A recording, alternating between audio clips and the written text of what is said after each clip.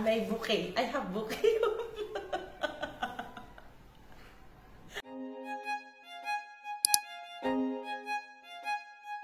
Hi everyone! Kamusta kayong lahat? Welcome to my YouTube channel, Vivian Casey, where I share my experiences as Filipina living in South Africa. Please don't forget to subscribe, like, comment, and share. Thank you! Today ay lalabas kami at magse-celebrate kami ng Valentine's Day. Actually, ang Valentine's Day dito ay Friday, but we able to celebrate it on Saturday dahil nga medyo busy kami ng weekdays. So kung nakikita nyo, nag-a-apply ako ng moisturizer kasi nga medyo mainit dito sa South Africa. Ngayon lang medyo umulan at nadadry yung skin ko sa kailangan ko talaga ng moisturizer. Kung nasa Pilipinas ako, hindi ako naglalagay kasi medyo humid sa atin. So, hindi siya dry. Dito kasi mainit and dry yung panahon. Kaya kailangan ko talaga ng moisturizer. Pasensya na din pala sa boses ko at medyo malat dahil nga kagagaling ko lang sa sakit. At ang panahon dito mainit and then pag minsan umuulan. So, paiba-iba yung panahon. Hindi yata bumagay sa akin kaya ayan nagkasakit. So anyway, ayan palabas na kami ng aming village. Siguro yung mga ride namin ay mga 30 minutes papunta doon sa pupuntahan namin. So yesterday ay nakatanggap na ako sa asawa ko ng regalo na roses. Kaso nga lang hindi in the bouquet form at pananim. Kung makikita na ninyo dito nagtatawa nga ako. May bouquet. I have bouquet. Indeed, it's so... You make me happy. Thank you. So, ayan. Daig ang inyong bouquet.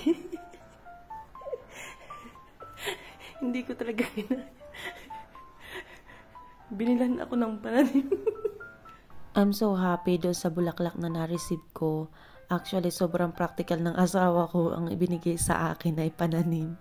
Oo nga naman, meron akong roses all year pag nabuhay ko yan. So, I don't have a lot of expectation pagdating sa mga Valentine's Day, sa anniversary. Kasi, from the start, ay nag-usap na kami na as much as possible ay in a simple way lang namin isi-celebrate yung mga celebration na magaganap sa buhay namin. As Pilipina, yung mga ganitong celebration ay nakasanayan na natin at nasa kultura natin. Pero dahil nga foreigner yung asawa ko at sa family nila ay hindi sila masyadong nagbibigay ng atensyon sa mga ganyang celebration, hindi niya nakasanayan. So, nung una pala, nag-usap na kami about it sa mga celebration. So, sinabi ko na sa kanya yung mga expectation ko, yung mga kultura natin. So, kahit papaano, nagkaroon na siya ng idea. Although, yung asawa ko nasa stage pa rin siya ng adjustment about sa mga celebration. So, nangangapa din siya kung paano niya ako iso-surprise. Although, yung mga kilos niya as like that, innocent niyang binili ako ng roses, pero sa isip niya, para continuous yung flowers, binili niya ako ng pananim, which is for me, nakakatuwa sa side ko, kasi nga, ang iyong effort is andon. At ako rin yung type ng tao na hindi kailangan sobrang mahal or fancy na kailangan ibigay sa akin. Ang akin is yung effort at syempre yung naalala yung celebration, yun ang mas mahalaga sa akin. At narito na nga kami sa McDonald's. So, ito yung isa sa aming Valentine's activity. So, yung flowers. And then, date kami dito sa McDonald's. And I love this. Dahil ito yung gusto ko lang, yung simpleng celebration lang. Kami lang dalawa.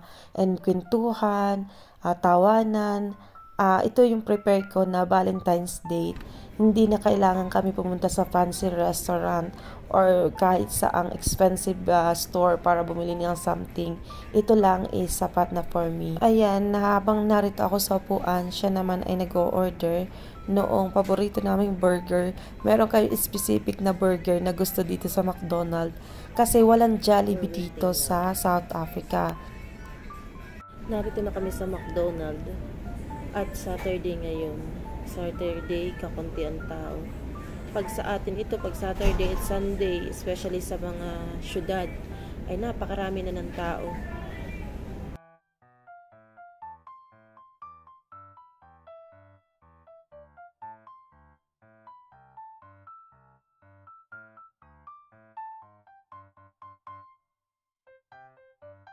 At ayun yung aking asawa sa kabilang dulo, naghihintay ng order namin.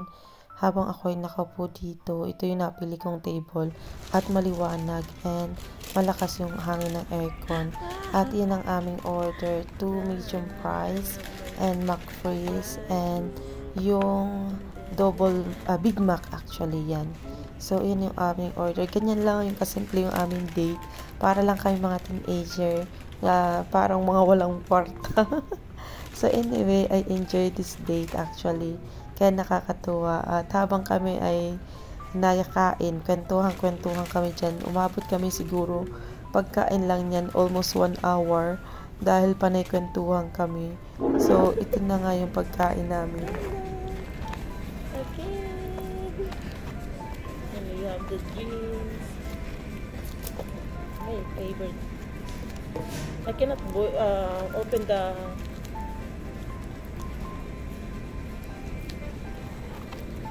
Cannot open the mic here because there's a song, so it means I need to remove the sound later when I'm editing because I will have copyright strike.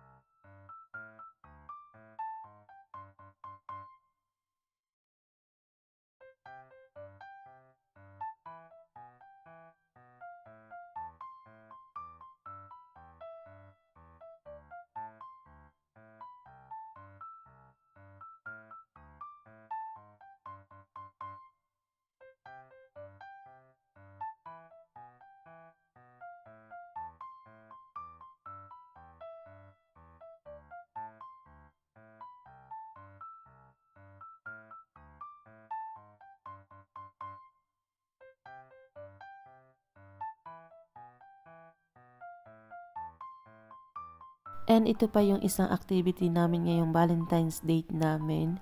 Pagkatapos namin kumain na McDonald's, dumiretso kami sa isang mall dito. Ang tawag ay Irene Village Mall. Ang design nitong Irene Mall ay parang farmhouse. Kung makikita nyo nga yung gate, tapos may nakaroong baka naka-display sa harap. And then, pero European yung style ng structure nung mismong kabuuan, pero parang farm. Ganun yung style niya. At natutuwa nga ako dito sa harap na baka. At kasi nga farm, so may baka sila. So let's go, ipapasyal ko kayo. Why vein? Vein? Vein. Yeah. Vein? Vein is one. And run the vein is green. Oh. So how will I read the letter B? For example, for example, victory. How will I read victory? It's not so become.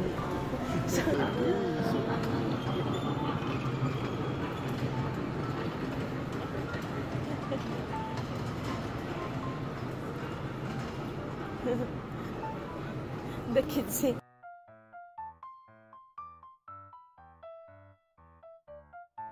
a cow. There's a turkey. 3 years guarantee. What is 99 rand? 7.99? What is it? Rand in rand? Yes. Oh. That's nice. And this one? It's a phone. Phone. How much is it? I don't know. 2,400 only? You can buy that now, Oh, darling. it's a cheaper phone.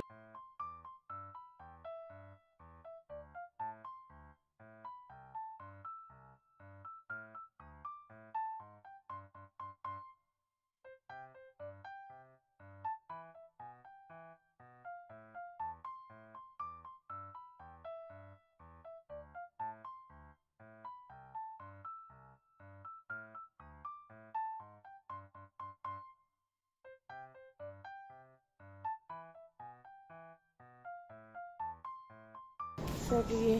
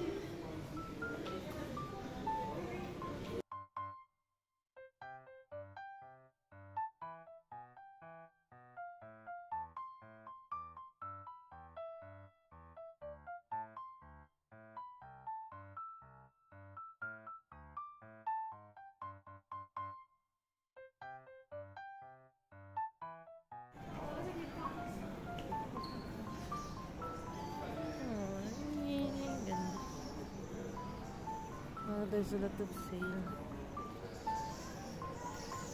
Mr. Price.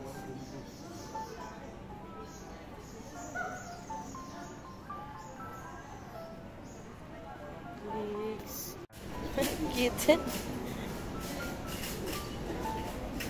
What is it? A dog?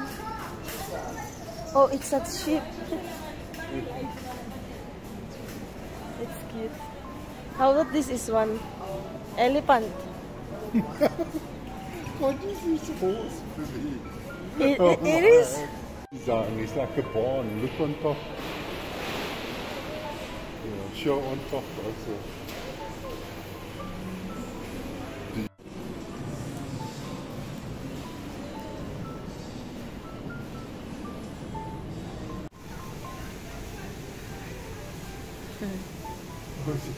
Upside down. So, ito yung pinaka-entrance ng mall, Irene Village Mall.